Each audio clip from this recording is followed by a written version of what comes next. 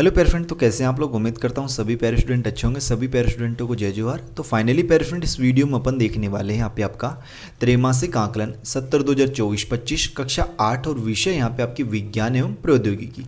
तो क्लास 8 वाले जो स्टूडेंट्स हैं उनके लिए वीडियो रहने वाली है। इस वीडियो में कक्षा 8 का जो आपका विषय विज्ञान एवं प्रौद्योगिकी का क्वेश्चन पेपर है त्रैमासिक आकलन 2024-25 का, उसका संपूर्ण सॉल्यूशन अपन यहाँ पे कवर करने वाले हैं। पूर्णांक आपका 80 अंक है, समय आपका यहाँ पे 3 घंटे है। ठीक है, तो सबसे पहले अपने वस्तुनिष्ठ प्रश्न है। कुछ प्रश्नों का सॉल्यूशन अपन ने पिछले वीडियो में कवर किया था, मतलब एक पार्ट इसका बना था। अब अपन कुछ क्वेश्चन एक बार फिर से अपन संपूर्ण सॉल्यूशन यहाँ पे कवर करेंगे। चैनल को अगर आप लोगों ने अभी तक सब्सक्राइब नहीं किया तो वेट किसका करो, चैनल को यार जरूर सब्सक्राइब करें।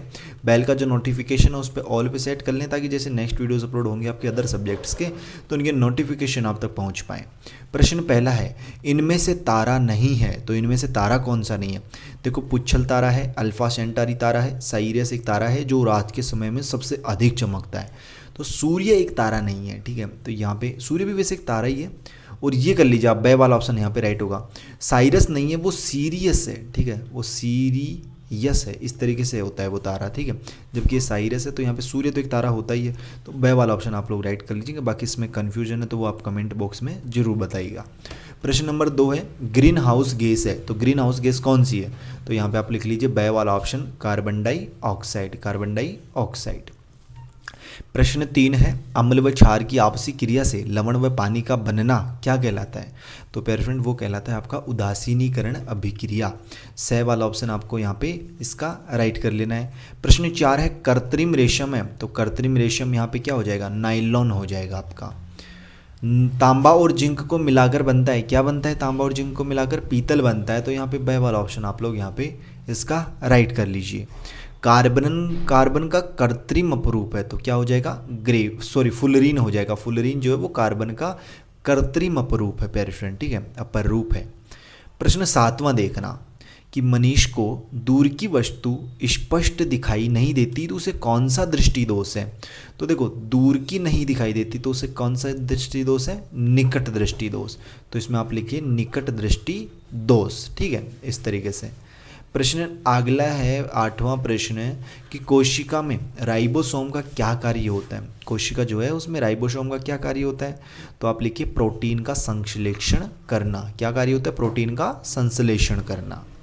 नेक्स्ट क्वेश्चन है आपका प्रश्न 9वां, आघात वर्धनीयता किसे कहते हैं। आघात वर्धनीयता किसे कहते हैं प्यारे फ्रेंड।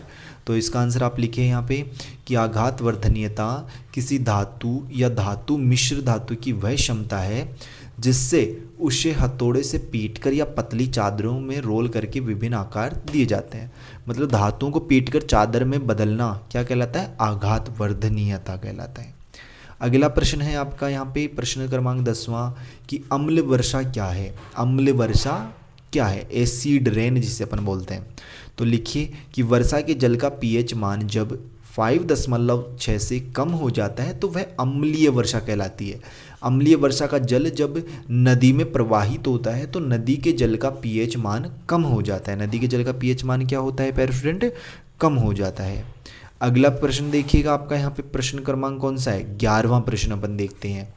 किन्हीं 2 संश्लेषित रेशों के नाम लिखो। किन्हीं 2 संश्लेषित रेशों के नाम लिखो। तो संश्लेषित रेशों के 2 नाम ये रहे, क्या क्या है, नाइलॉन और रेयोन। नाइलॉन और रेयोन ये कौन से रेशे हैं, संश्लेषित रेशे हैं। ठीक है, अगला प्रश्न देखना आप लोग। प्रश्न क्रमांक लघुत्तरीय प्रश्न है अपने कि 12वां प्रश्न है कि ऐसा कौन सा ग्रह है, ऐसा कौन सा ग्रह है जिस पर जीवन है, जिस पर क्या है, जीवन है। और उस ग्रह की विशेषताएं लिखिए। और उस ग्रह की क्या लिखिए प्यारे फ्रेंड, विशेषताएं। तो देखिएगा आप लोग इस प्रश्न का आंसर। इस प्रश्न का आंसर यहाँ पे आप लोग नोट कर लीजिए कि पृथ्वी एकमात्र ऐसा ग्रह है जहाँ जीवन संभव है। जहाँ क्या संभव है, जीवन। पृथ्वी को नीला ग्रह भी कहा जाता है। पृथ्वी पर जीवन के लिए कई खास बातें हैं, जैसे कि देखो, पृथ्वी को नीला ग्रह कहा जाता है और मंगल ग्रह को लाल ग्रह कहा जाता है। ठीक है, देखो पृथ्वी पर जीवन के लिए खास बातें क्या है, जैसे पृथ्वी सूर्य से सही दूरी पर है। पृथ्वी पर बहुत गर्मी नहीं पड़ती और न ही बहुत ठंडक होती है। पृथ्वी पर तरल पानी मौजूद है। पृथ्वी पर ऑक्सीजन है। पृथ्वी पर वायुमंडल है जो जीवन के लिए कवच का काम करता है।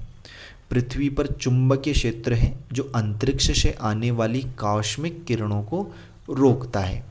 पृथ्वी पर ओजोन परत है जो सूर्य की पराबैंगनी किरणों को रोकता है, जो सूर्य की पराबैंगनी किरणों को क्या करता है, रोकता है। ठीक है, तो इस तरीके से आप लोग इस प्रश्न का आंसर लिख लीजिए। अगला प्रश्न देखिएगा, आपका प्रश्न क्रमांक 13 है, जंतु कोशिका और पादप कोशिका में अंतर बताओ। देखो 6 अंक का प्रश्न है, इसलिए थोड़ा बड़ा आंसर इसका लिखना पड़ेगा। ठीक है, तो यहाँ पे आप लोग इस प्रश्न का आंसर देख सकते हो। ठीक है, कि पादप कोशिका यानी कि और जंतु कोशिका में अंतर, यही पूछा था ना अपने को। हाँ देखो, जंतु कोशिका और पादप कोशिका में। ठीक है, तो देखो सबसे पहला अंतर आप लिखिए कोशिका भित्ति का। पहला अंतर क्या लिखेंगे, कोशिका भित्ति का, कि पादप कोशिकाओं में कोशिका भित्ति होती है जबकि जंतु कोशिकाओं में नहीं होती। कोशिका भित्ति सेलुलोज और काइटिन से बनी होती है। दूसरा आप अंतर लिखिए क्लोरोप्लास्ट का, कि पादप कोशिकाओं में क्लोरोप्लास्ट होते हैं जबकि जंतु कोशिकाओं में नहीं होते। क्लोरोप्लास्ट सूर्य के प्रकाश को ग्रहण करते हैं और इसे ऊर्जा में बदलते हैं। तीसरा अंतर आप लिखिए आकार का, कि पादप कोशिका आमतौर पर बड़ी होती हैं जबकि जंतु कोशिकाएं तुलनात्मक रूप से छोटी होती हैं। फोर्थ नंबर लिखिए आप आकृति का, कि ज़्यादातर पादप कोशिकाएं चतुर्भुज आकार की होती हैं जबकि ज़्यादातर जंतु कोशिकाएं गोल होती हैं। पांचवा अंतर लिख लीजिए आप लोग केंद्रक का, कि पादप कोशिकाओं में केंद्रक किसी एक तरफ होता है जबकि जंतु कोशिकाओं में का केंद्रक बीचों बीच होता है। और छठवां आप लिखिए यहाँ पे माइटोकॉन्ड्रिया का, कि पादप कोशिकाओं में माइटोकॉन्ड्रिया की संख्या कम होती है जबकि जंतु कोशिकाओं में इनकी संख्या ज़्यादा होती है। तो इस तरीके से आप लोग इस प्रश्न का आंसर कर लीजिएगा। अगला प्रश्न देखिएगा पैर स्टूडेंट, आपका प्रश्न क्रमांक 14 है, कि उत्कृष्ट धातुएं किसे कहते हैं, उनके उपयोग लिखो। उत्कृष्ट धातुएं किसे कहते हैं और उनके उपयोग। तो देखो यहाँ पे इस प्रश्न का आंसर किस तरीके से आप लोग यहाँ पे करोगे। कौन सा प्रश्न था अपना, 40 नंबर का क्वेश्चन। ठीक है, तो 40 नंबर का क्वेश्चन का आंसर लिखो, कि रसायन विज्ञान में जिन धातुओं का आर्द्र वायु के संपर्क में रहने के बावजूद क्षरण और ऑक्सीकरण बहुत कम होता है उन्हें उत्कृष्ट धातुएं या फिर राज धातुएं कहते हैं। उत्कृष्ट धातुओं का उपयोग आप लिखिए आभूषण, सिक्का, इलेक्ट्रॉनिक्स, चिकित्सा और रसायन विज्ञान में उत्प्रेरक के रूप में किया जाता है। ठीक है, तो इस तरीके से मतलब उत्कृष्ट धातुओं का उपयोग आभूषण बनाने में किया जाता है, सिक्के बनाने में, इलेक्ट्रॉनिक्स के काम में, और चिकित्सा में और रसायन विज्ञान में उत्प्रेरक के रूप में। तो इस तरीके से आप लोग इन प्रश्नों का आंसर यहाँ पे लिख सकते हैं। पैर स्टूडेंट अगर चैनल को सब्सक्राइब नहीं किया तो यार वेट किसका कर रहे हो, चैनल को जरूर सब्सक्राइब करें। बेल का जो नोटिफिकेशन है उस पर आप लोग ऑल पे सेट कर लें ताकि जैसे नेक्स्ट वीडियोज़ अपलोड होंगे आपके अदर सब्जेक्ट्स के तो उनके नोटिफिकेशन आप तक पहुँच पाएँ। और यहाँ पर आपको जो है आपके 20-20 अंक के क्या होते हैं, प्रोजेक्ट कार्य होते हैं, तो उनके सॉल्यूशन आपको जैसे आपके एग्जाम्स कंप्लीट हो जाएंगे तब आपको प्रोवाइड करवा दी जाएंगे। ठीक है, सभी विषयों के। और अपन नेक्स्ट वीडियोस की कवर करेंगे उसमें आपको 15, 16, 17 3 प्रश्न हैं आपके, वो जल्दी बता दिए जाएंगे। ठीक है, तब तक आपको अपने दोस्तों के साथ इस वीडियो को ज़्यादा से ज़्यादा शेयर करना है। कोई डाउट हो वो कमेंट में जरूर बताइएगा। बाकी अपन मिलते हैं पैर फ्रेंड जल्दी नेक्स्ट वीडियोज़ में होशम जोश के साथ। तब तक सभी पैर स्टूडेंटों को बाय, धन्यवाद, टेक केयर।